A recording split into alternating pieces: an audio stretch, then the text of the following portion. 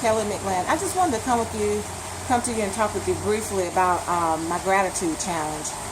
Some of you have replied, some of you may not understand what it is, but just to give you a little background on why I chose to do the gratitude challenges. First, I've never seen it done before, and then, coming upon the Thanksgiving season. But more than that is, I was in some kind of spiritual slump for a couple of months where I just felt hopeless. I was just numb.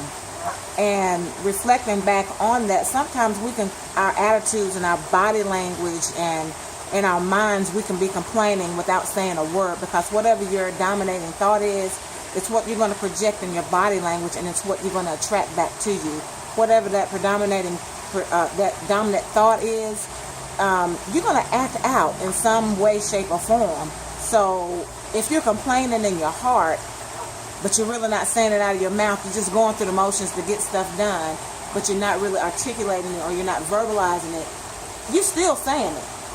So I found that things just, stuff just wasn't coming together. And so I saw a young lady, Terry Seville, I forgot her last name, but Jerry Seville's daughter. I follow her on YouTube. You should too. She's awesome.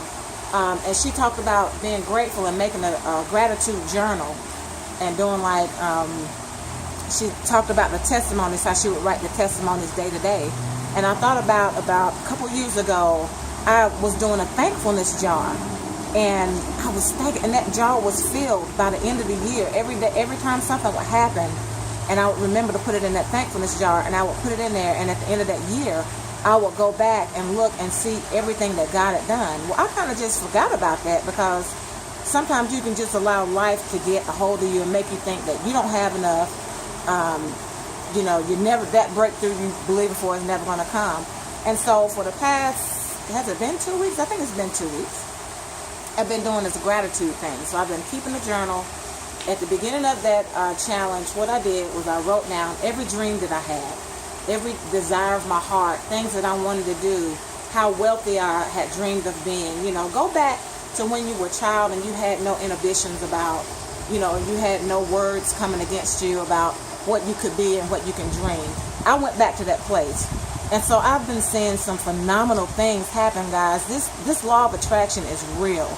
And I just wanted to encourage you to just be grateful. Find something. Now, the first couple of days, it was hard for me because I didn't realize how much of a complaining rut I had gotten into in my emotions and my attitude. Not necessarily verbalizing it, but I had allowed myself to go to that place. And so it's a trick of the enemy, really, to get you so distracted and get you caught up and so self-centered that you can't think about, man, my neighbor had a stroke and I need to go minister to her. Or, I went and picked greens yesterday. And I was like, man, I know she would want some. So just little stuff, just being intentional about being grateful, which in the meaning of grateful or gratitude is just the state of being thankful.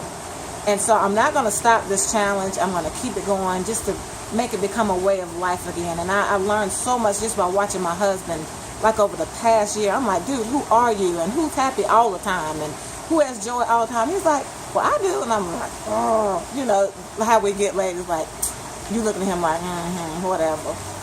But I live with him, so I know that this thing is metamorphosizing right in front of me, and I can see the fruit of gratitude, the fruit of making a decision not to complain. You have something to be thankful for.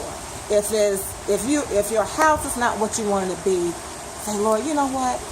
Give me vision for where I am. Thank you that I have somewhere warm to lay my head. Thank you, Lord. I don't have a dream job and my business is not taking off. So what? Thank you, Lord, that I have a business.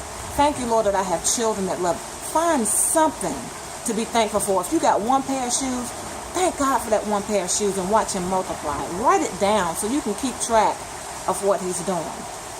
I'm saying my children be blessed because I've decided to be thankful, because I've made a conscious decision to be thankful. So I just wanted to share that with you and to invite you to the gratitude challenge, to make it a point, to be intentional.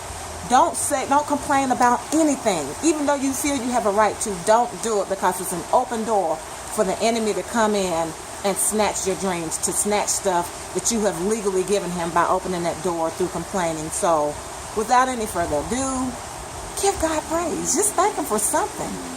Give thanks with a grateful heart. Give thanks to the Holy One. Give thanks because he's given Jesus Christ, his son. So remember that little piece. Just give thanks because he's giving you Jesus today. I love you. I'll be in touch with you soon. God bless. Have an awesome day.